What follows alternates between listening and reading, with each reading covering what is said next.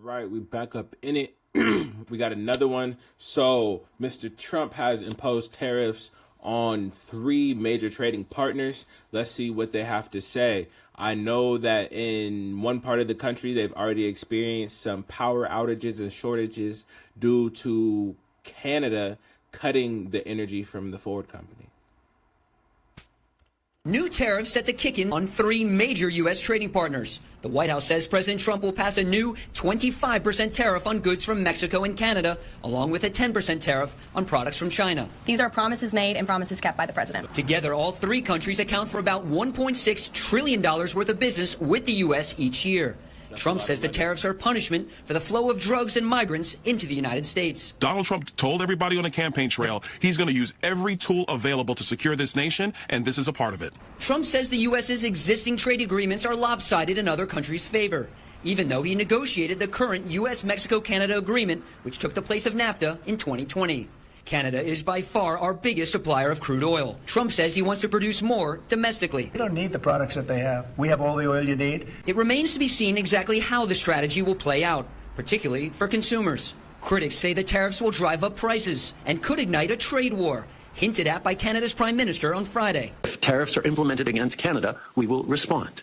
We won't relent until tariffs are removed, and, of course, everything is on the table. And Trump may not be finished. My question is, why does everything have to stay? If one party is saying we have a problem, why can the other party not say, okay, how can we best fix this to suit both of us? Like, is this an automatic no on both ends? Like, crazy.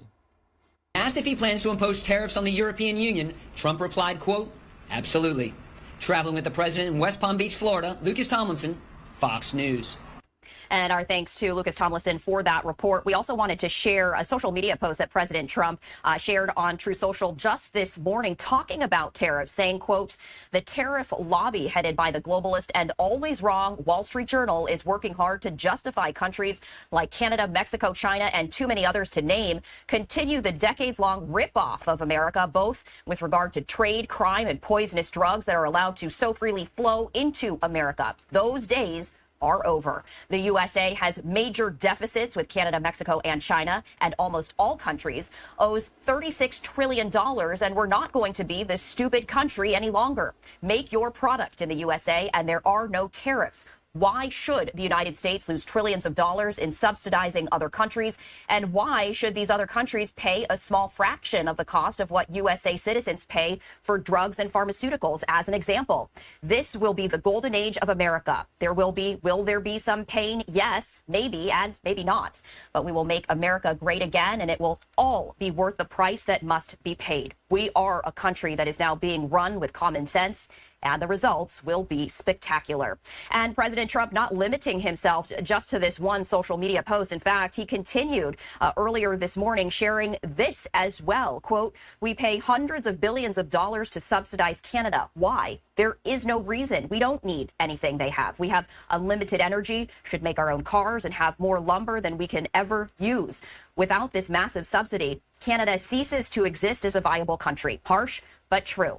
Therefore, Canada should become our cherished 51st state. Much lower taxes and far better military protection for the people of Canada. And no tariffs. This is... I mean, the one thing is like, okay, so yeah, we might have all these trees and land, but if we take it down, what is going to be in its stead? Like, that's not future forward thinking or forward future thinking. Like, that's short-term solution thinking. And then Canada not wanting to become a 51st state, I mean, that just goes to speak to the autonomy of a people.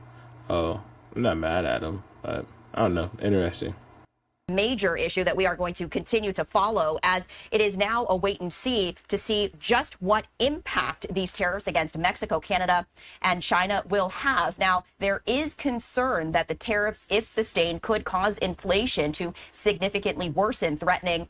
And that's one of the biggest fears, is that it's going to affect the cost of living in goods right here. So it's like, if we start telling people that we have to tax them more on the things they're giving us, they're just going to sell it for a higher price. The issue of lower prices of groceries, gasoline, housing, and also potentially causing the global economy to change. President Trump, as he shared, saying that there might be an impact and there might not be, but saying This has to be done. President Trump declaring an economic emergency in order to place duties of 10% on all imports from China and 25% on imports from Mexico and Canada. Energy imported from Canada, including oil, natural gas, and electricity, would be taxed at a 10% rate. President Trump's order includes a mechanism to escalate the rates charged by the U.S. against retaliation by the other countries, raising concern by some about an even more economic disruption. I just got paid $60. How do you even like quantify that? The offset dollar amount.